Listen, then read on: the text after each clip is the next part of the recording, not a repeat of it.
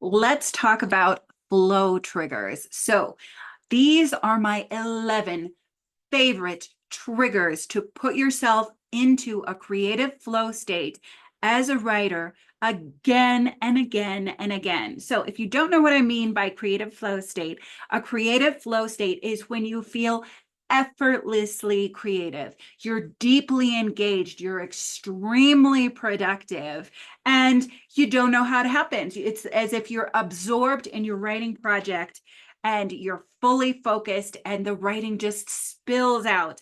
Obviously, the more often we can be in a creative flow state, the more successful we're going to be at this. We'll get our books done faster, and it makes writing addictive. I mean, more than anything else, I know we all have our reasons for wanting to write books, but when you get into creative flow states, it's just such a good feeling. You feel connected with yourself and your expression.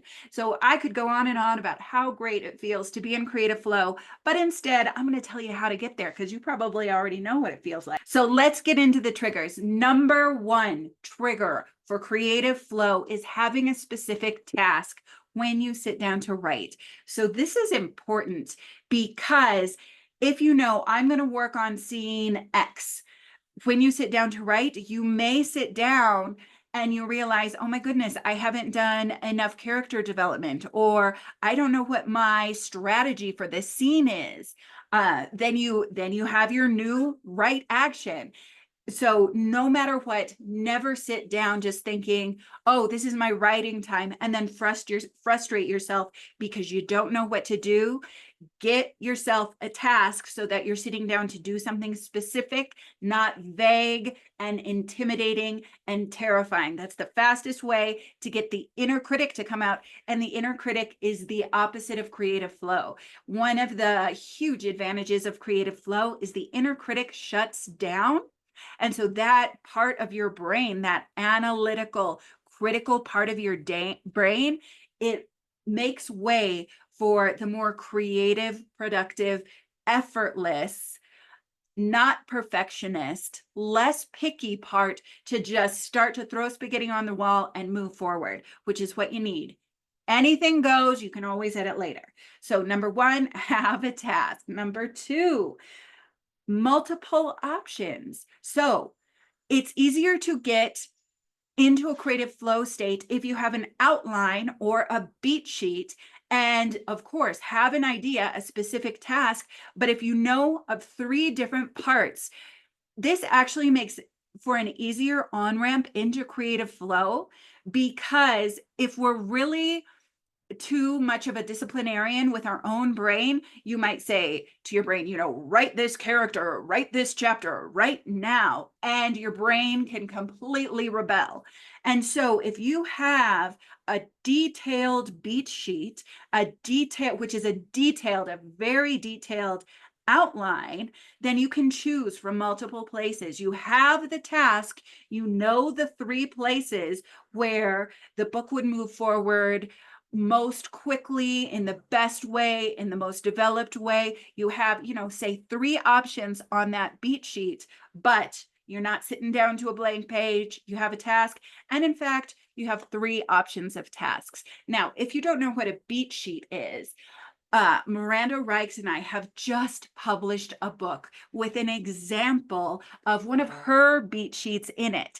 And so if that book isn't out yet, it's going to come out soon. So either get into my Facebook group so you can hear about it, or sign up for the resource below, which is a 1-page template so you can make your own outline.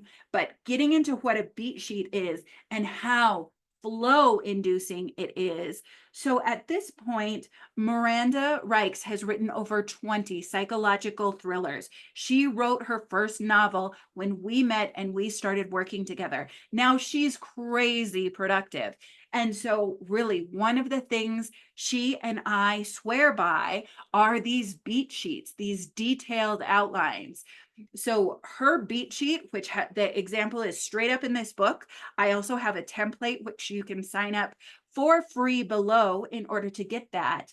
But her beat sheets in particular are about 8,000 words long. Her books are 80,000 words long, and her beat sheets are 8,000 words long. So trigger 4, creative flow, beat sheets, detailed beat sheets, planning. The next flow trigger is conversation. So this is what I help people do. I help people develop their structure, develop their writing, develop their books. If you have another writer who you can converse with, or a book coach such as myself, then this is really flow inducing. One thing about book coaching sessions, when we, problem solve, we get through blocks, and we really do a developmental structure together. So you only have to do it once. One of the things is conversation is flow inducing. When you're in a great absorbing conversation with another person, that's flow. You're not critical of yourself. You're not thinking, what am I going to say next? Perhaps if you have anxiety, that could be true. But when you have a close friendship with someone who you can talk things through with, that's a creative flow state. We automatically go into creative flow when we're in conversation. Number 4, set the mood. Your brain remembers the great experience of being in creative flow if you have a specific room, a specific couch, a specific coffee shop, if you have specific music, if you have a specific drink you like to drink. I know I said I wasn't going to mention coffee. It's not the coffee, it's that trigger. It's that I have this habit, I had this experience before, and now that I know when I sit down on this couch or drink, whatever drink it will be, I know that my brain is ready to focus and it's time to write. From there, creative flow can take over. Prep work, that's number 5, prep work. So I know that many people have, when we start working together, they think that a book, you should know the first word on page 1 and the last word on page 200. That's not the way a book is written. Nobody sits down and writes a book like that. And so we have to know characters. We have to know strategies. If we're writing self-help, we have to have these ideas, this beat sheet ahead of time. And so this kind of goes hand in hand with knowing your task. It goes hand in hand with a lot of different things here, but it's kind of a catch-all. Make sure you've done your prep work. Don't sit down to a blank page.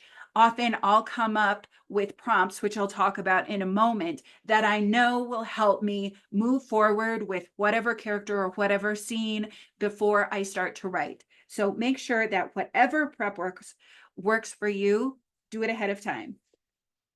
So read your writing from the day before. Many writers do this. And when I say read your writing, this is number 6. When I say read your writing from the day before, this can get you back into where you left off. There's this famous, I don't know if it's a myth or not, but it's famous. Hemingway used to stop in the middle of a sentence because he knew when he read back what he'd written the day before, he would finish that sentence and then he would go on to creative flow some more. Those were during his better years. By the end of his life, he was not finishing sentences, and it was because of multiple brain traumas. But at the beginning of his life, when he was really in that prolific period where he was putting out a lot of interesting work, he would not finish his sentences so he could read what he wrote the day before and then just get back into flow. So one thing here is don't edit when you do this. This is not about waking up the analytical brain. It's about being in conversation with a work of art and using where you left off yesterday to get back in there. That's one of my favorites. Research, going down rabbit holes. That's creative flow. Have you ever been so curious about something that you went down a rabbit hole and it turned into a passion? Curiosity, passion, those are the emotions of creative flow. And so if you're wondering, if you're doing a little bit of research on something that happened in your book, if you need that as a point of departure, and you just start to get into the just curiosity, the rabbit hole of it, researching, link it to your book. Make sure that you have a close link. So I'm looking for what this character might say during this period of a war. Research that war, research specific people who took specific actions or got into specific political and strategy discussions during that, and then use that as a point of departure for a specific dialogue. The one exception here is that if you use research to procrastinate, it's probably because you're going too far back and you're just saying, well, I have to read these 12 books on the Civil War before I can move forward with my project. And you don't. Make sure that when you're reading a book, you're doing your research for something specific and link that in your brain. So I'm researching this dialogue in the historical context of this specific event so that I'll know how to frame this character that I've invented. That's a great flow trigger. Now, another thing you can do, which I've done this ever since I was in college. If you're trying to execute a specific type of writing, a scene, a chapter, try to think of books that are similar to that, where something similar happened, and read them. I promise you're not going to copy. Writers are readers. Take advantage of this. And here's the thing. If you read multiple books, some people say read so much that you couldn't possibly copy anyone. When you can see how really successful writers or really successful executions of a specific scene or a specific conflict or a specific technique, when you can see those, you'll be inspired to do it with your own original problem, with your own original character, with your own original plot. We all need to look at those. We're all standing on the shoulders of giants. We need to understand what people do in order to communicate their ideas with an audience in order to be able to do it well. So looking at someone else and admiring their work can allow you to use them as a point of departure. This is not copying. This is learning. So you're doing it in your own unique way, but you're also studying those who've done it successfully. So the final 3 of these 11 are specifically for fiction. You might find them interesting if you're doing nonfiction because they're all talking about people and life situations, but they're specifically for fiction. And so character studies are a great way to, if you're just studying and designing and asking questions about characters, that can get you right into creative flow, because then you have a better idea of what that character is going to do in a scene. Plot structures. I love plot structures. Fiction and nonfiction people. I put a plot table below. This is the birthplace of your beat sheet for your book.